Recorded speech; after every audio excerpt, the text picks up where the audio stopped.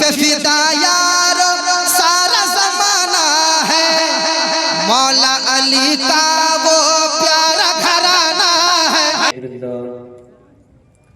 الحمد للہ رب العالمین حمد الشاکرین وافضل الصلاة وافضل السلام علی سید المرسلین خاتم النبیین اما بعد فقد قال اللہ تعالی فی القرآن المجید والفرقان الحمید اقیموا الصلاة وآتوا الزکاة وارکعوا مع الراکعین صدق اللہ العظیم وبلغنا رسولہ النبی الکریم۔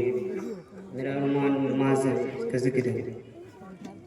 ایک ہی صف میں کھڑے ہو گئے محمود و ایاز، ایک ہی صف میں کھڑے ہو گئے محمود و ایاز، نہ کوئی بندہ رہا نہ کوئی بندہ نماز، نہ کوئی بندہ رہا نہ کوئی بندہ نماز۔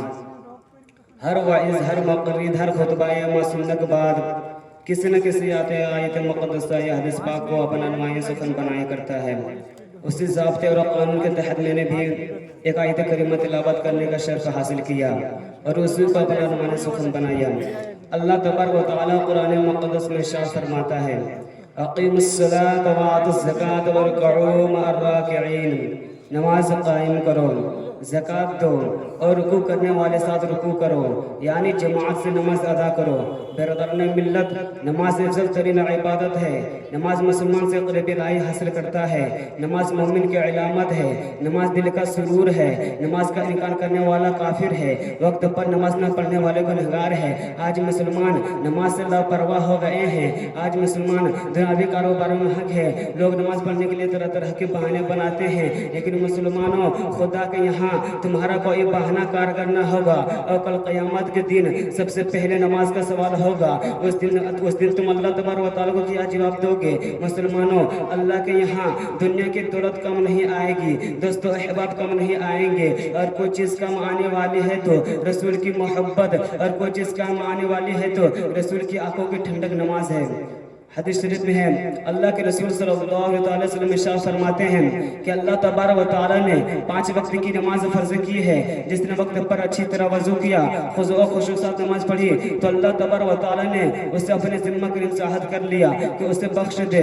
دوسری جگہ اللہ کے پیارے حبیب صلی اللہ علیہ وسلم ارشاد فرماتے ہیں کہ نماز جنت کی کنجی ہے۔ سرکار دو عالم صلی اللہ علیہ وسلم ایک اور جگہ ارشاد فرماتے ہیں کہ نماز میری آنکھوں کی ٹھنڈک ہے۔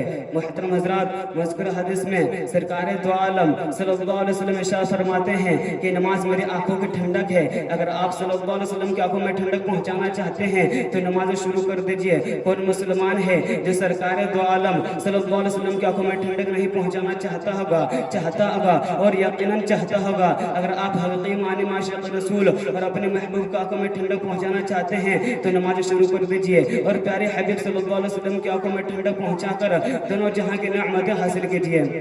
اللہ کے پیارے حبیب دانا غیوب صلی اللہ علیہ وسلم ارشاد فرماتے ہیں کہ نماز جنت کی کنجی ہے۔ مطلب یہ ہے کہ جو نماز عشق رسول میں پڑھی جائے وہ جنت کی کنجی ہے۔ جو نماز تلواروں کے سائے میں پڑھی جائے وہ جنت کی کنجی ہے۔ جو نماز حب نبوی میں پڑھی جائے وہ جنت کی کنجی ہے۔ جو نماز طریقہ مصطفیٰ پر پڑھی جائے وہ جنت کی کنجی ہے۔ جو نماز رسول قیاد میں پڑھی جائے وہ جنت کی کنجی ہے۔ جو نماز ادائے مصطفیٰ پر پڑھی جائے وہ جنت کی کنجی ہے۔ مگر جو نماز عشق رسول کے بغیر پڑھی جائے وہ نماز بارگاہ الہی میں قبول نہ ہوگی۔ جو نماز ذکر مصطفیٰ سے خالی ہوگی وہ جہنم کی کنجی ہوگی۔ اس لیے اعلیٰ حضرت امام احمد رضا فاضل بر ارشاد فرماتے ہیں ذکر خدا جو ان سے جدا چاہو نزدیو، ذکر خدا جو ان سے جدا چاہو نزدیو، واللہ ذکر حق نہیں کنجی سقر کی ہے، واللہ ذکر حق نہیں کنجی سقر کی ہے۔ برادران ملت اسلامیہ، معلوم ہوا کہ نماز عشق رسول میں پڑھنی چاہیے، ادائے مصطفیٰ پر پڑھنی چاہیے، طریقہ مصطفیٰ پر پڑھنی چاہیے۔ حضرت انس رضی اللہ عنہ سے مروی ہے کہ سرکار دو عالم صلی اللہ علیہ وسلم ارشاد فرماتے ہیں جس نے 40 دن نماز فجر اور عشاء باجمان پڑھی اللہ تبارک و تعالیٰ اس کے 2 برکات عطا فرمائے گا، ایک نعرے سے دوسری نفاق سے۔ ایک دوسری جگہ حضرت ابن عمر رضی اللہ عنہما سے روایت ہے کہ سرکار دو عالم صلی اللہ علیہ وسلم ارشاد فرماتے ہیں جو مسجد میں بعد جماعت 40 رات نماز عشاء پڑھے کہ رکعت اولی فوت نہ ہو تو اللہ تعالیٰ اس کے لیے دوزخ سے آزادی لکھ دے گا۔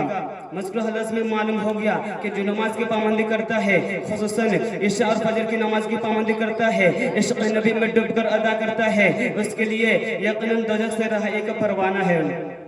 حضرت انس رضی اللہ عنہ سے مروی ہے کہ سرکار دو عالم صلی اللہ علیہ وسلم ارشاد فرماتے ہیں کہ میری امت پر 50 وقت کی نماز فرض کی ہے۔ جب میں لوٹ کر موسیٰ علیہ السلام پاس آئے تو موسیٰ علیہ السلام نے دریافت کیا کہ رب تبارک و تعالیٰ نے آپ کی امت پر کیا فرض کی ہے۔